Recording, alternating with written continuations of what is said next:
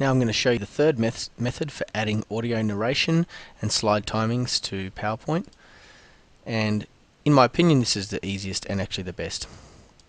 So it's very simple. You start out with an empty slideshow. You do need to be prepared to record live into it, so you can't easily incorporate pre-existing recordings, but as long as you know your material fairly well and you've got it's an example of where you've got speaking notes, you can make a pretty good recording, and you can also go back and change slide by slide. One of the tips here is not to speak too much over the transitions between the slides. So the more you do that, the more you end up getting the recordings cut in mid-sentence. Alright, so I'll show you how it's done. Pretty simple. You just hit record slideshow and get started.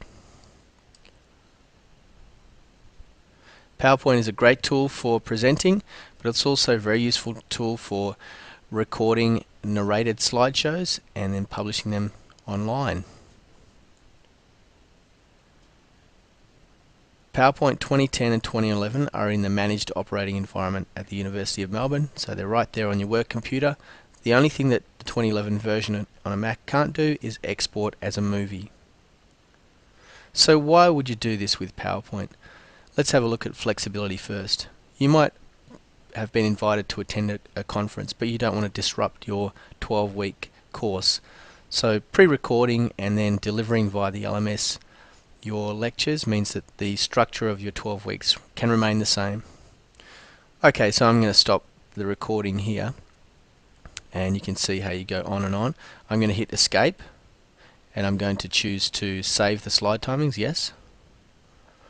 And you can see, just like method 2, it's recorded, it's automatically saved those slide timings, and it's also added a piece of audio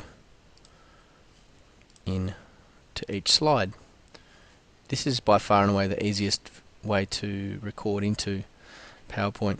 Now let's say you wanted to make a change to a particular slide. Let's have a preview of this to see how it sounds. PowerPoint is a great tool for presenting, but it's also a very useful tool for recording narrated slideshows and publishing them online. So I want to re-record that. It's pretty simple. All I need to do is to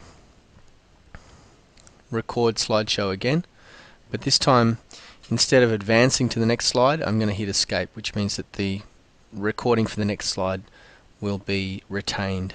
I'll show you how it's done. PowerPoint is a great tool for presenting, but it's also a very good tool for making narrated slideshows and publishing them online.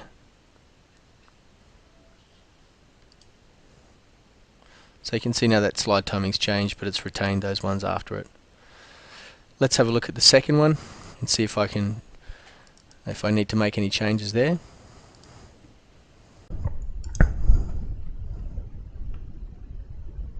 PowerPoint 2010 and 2011 are in the managed operating environment. Yes, so I can already see that the intro was too long. There's a long pause at the start, so I'd like to re-record this particular slide. I'll do the same thing again. I'll go to the slide itself and I'll hit record slideshow, and then instead of hitting the advance key or the arrow key, I'm going to hit escape once I've finished recording in this slide.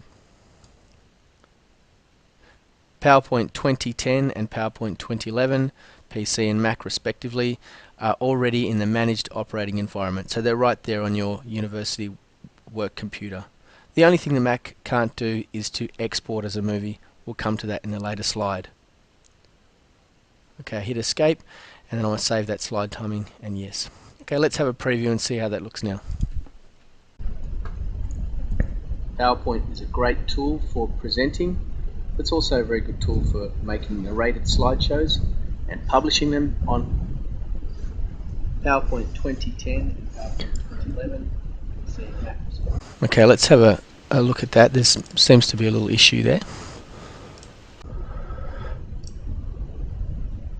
PowerPoint is a great tool for presenting. It's also a very good tool for making narrated slideshows and publishing them online. Okay, so we've got a 10.85 second clip, and we'll just check the transition. 10.97, yep, that's working fine. This clip is 17.65 seconds, and the slide advances after 18.09 seconds, so that's working too. There's a little pause for breath in between those two. So everything's fine. You can just save file, save as, and then you can upload your narrated slideshow to the LMS or to another part of your website.